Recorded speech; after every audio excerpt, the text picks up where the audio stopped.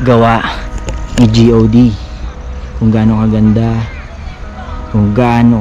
at gaano ka siya gagaling gumawa at maniobra ang buhay mo. So panibagong taon, panibagong paninimula. So mas maganda na may mga bagong goals tayo na i-set natin. Kung ikaw meron kang mga target, so i-set mo na siya. At kung may mga bagay at mga hindi mo nagawa nung nakaraang taon, is pwede mong gawin ngayon taon. So to change at to improve. At kung may mga pagkukulang ka man sa mga pamilya mo, sa mahal mo sa buhay, or kanino man, or para sa sarili mo, gumawa ka ng bagong panimula na itutuloy-tuloy mo siya hanggang sa ma-reach mo, no? Para maganda ang taon mo. Hindi magiging madali ang taon. So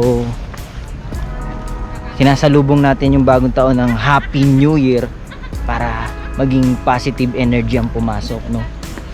Pero siyempre sa buong taon na yan, marami tayong may experience na hindi natin maasahan, hindi natin inaasahan, bad or good. Lagi nating tanggapin, pasalamatan kung ano man na ating nasasagupa, no? Kasi everything has a purpose.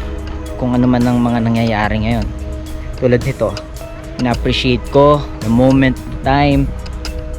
Isipin mo, actually wala sa plano to na makakapunta ulit naman ako sa isang lugar na hindi ko inaasahan. So thank you talaga, thank you sa taas, dahil meron na namang bagong meron na naman akong memories, good memories. So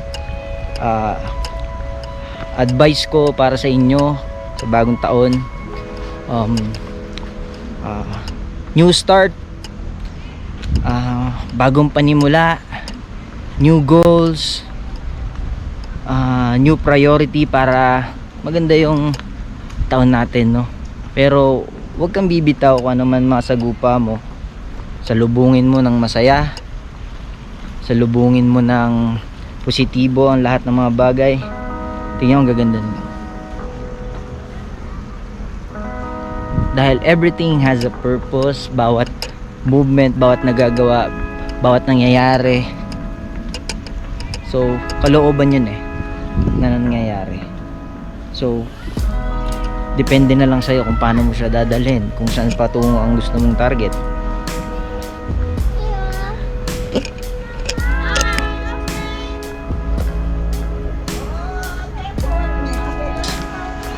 Maraming mga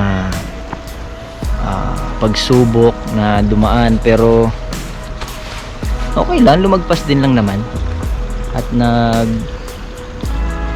naging positibo lang naman ako ginawa ko. Tapos actually, pag may binigay talagang pagsubok si God or anuman mga hindi mo inaasahan ng mga negative, is may kapalit may mga positive na sitwasyon na nangyayari na hindi mo siya inaasahan na mangyayari. Tapos marirealize mo na lang na kaya ko pala naranasan yun, kaya pala pinadaan sa akin yun, kaya pala na-meet ko yung taong to, kaya pala nakuha sa akin yun, kaya pala nadagdagan ng mga bagay na ganun is today. Kaya pala yun. So kaya bawat step ko sa buhay, bawat may pinupuntahan ako, bawat may nami-meet ko, ina-appreciate ko lahat, no? Kasi ma-meet ko yung taong ganito, makikita ko ulit yung kamag-anak kong ganito, ina-appreciate ko, pinapasalamatan ko na mangyayari at nakakausap ko yun. So yun ang ginagawa ko. Kasi nga kailangan i-appreciate mo talaga lahat, no? Makita mo lahat yung mga gawa ni GOD, kung gaano kaganda, at gaano ka siya gagaling gumawa at paano siya maniobra ang buhay mo. Papadaanin niya muna sa mga pasikot-sikot, mga ano, pero at the end of the day, sabi ko, ay, thank you po. Sabi ko, kaya ako ginagawa ko, sige tanggap, kung ano ba yan, sige, kung ano man yan, sige tanggapin ko yan. Negative man yan o positive, trahedya man yan or blessing, tinatanggap ko yan, pinapasalamatan ko kasi everything has a purpose talaga. Totoo, sinasabi ko sa inyo, everything has a purpose kung bakit nangyayari yun. Kaya sige lang, basta kung may goal ka at saka target or pangarap man, go ka lang, diretso ka lang dun. Let God lead you kung ano mga kailangan na kasi siya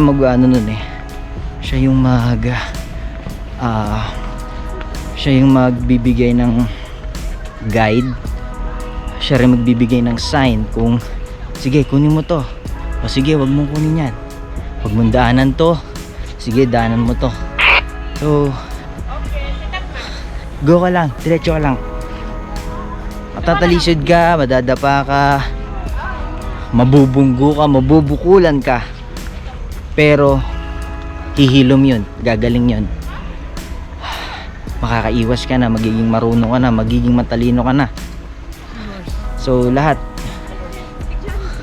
masusugatan ka,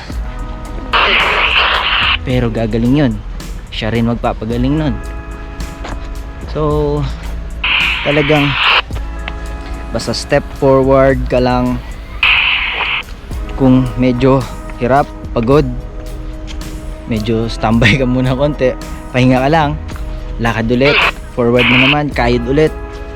Basta wag mo lang kakalimutan na mag-pray ka talaga lagi, kasi siya talaga ang magbibigay sa'yo ng guide eh.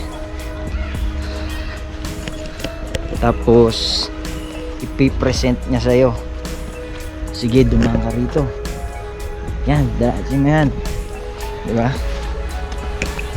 Magiging magulo sa'yo yun, magiging magulo, ano yun, kasi hindi mo pa naiintindihan lahat eh. Pero time to time na ma-experience mo mga bagay-bagay, ipaintindi sa'yo yun. Makinig ka, may kakasangkapanin akong tao para malaman mo ang mga bagay-bagay. May kakasangkapanin akong tao na para pa-experience sa'yo yun, para ma-realize mo. Pero siya talaga ang gag-guide sa'yo. Kaya ngayong taon, galingan mo,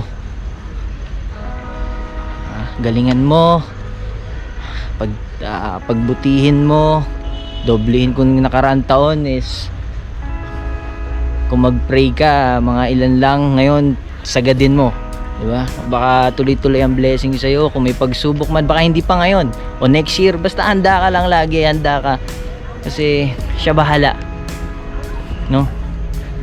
Basta gawin mo lang talaga lahat mga dapat, huwag ka magpalito. Lahat na kadapit, mamaya gusto mo tayo.